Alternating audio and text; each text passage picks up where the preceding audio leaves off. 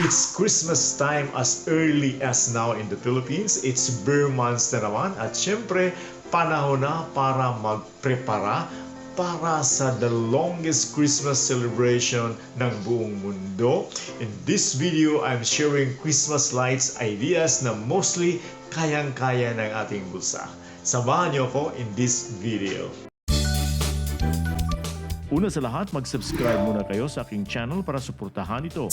You may also join this channel as a member to avail of exclusive perks like priority in comments reply and early access or exclusive access to some videos for members only. You can also help fund some projects here by sharing super thanks. Wow!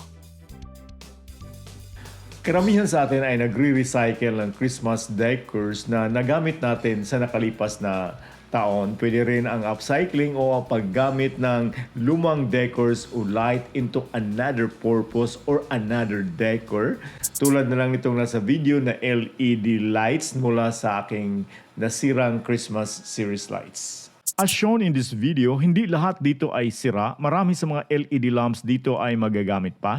Like what I did here, pumili ako ng maayos pa na LED lamp at gumawa ako ng bagong light strip para dito sa puno ng mulberry sa harap ng aking bahay.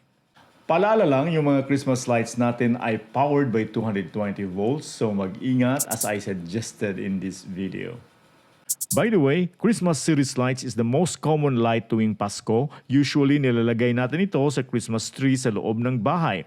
Pero dapat tayo mag-ingat kasi ang daming substandard and quality nito na posibleng sanhi ng sunog. Bilhin ang merong ICC sticker or BPS sticker for safety compliance. Ang mga ordinaryong incandescent light bulb ay pwede ring pang Christmas light sa pamamagitan ng paggamit ng winkers para mag-blink yung bulbs. Here, nilagay ko sa bottle ang mga bulbs. Kung ayaw mo mag-recycle o upcycle o wala ka namang magagamit, may mabibili ka online na mura lang na mga light strips. This RGB light strip from Lazada was only 143 pesos at the time of my purchase. Meron itong Christmas light mode na magbibigay ng blinking red and green lights to resemble Christmas lights. Since ito'y controlled by an IR remote control, pwede mo to ma-automate using Smart IR controller. Check my previous video to guide you in the process. Speaking about smart, this smart light from Tapo can be well programmed to act as Christmas lights when needed or prompted by other smart devices using smart automation. Pwede rin ito dancing light according to the music played on your phone. And this light strip from Uni ay hindi smart but it acts like one. Capable rin ito as a dancing light using the mic on your phone.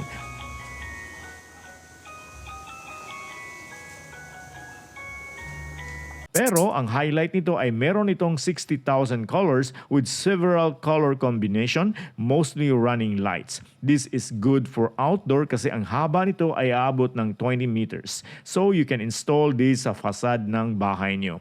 Like the Tapo Smart Light Strip, this cost a little over 1,000 pesos.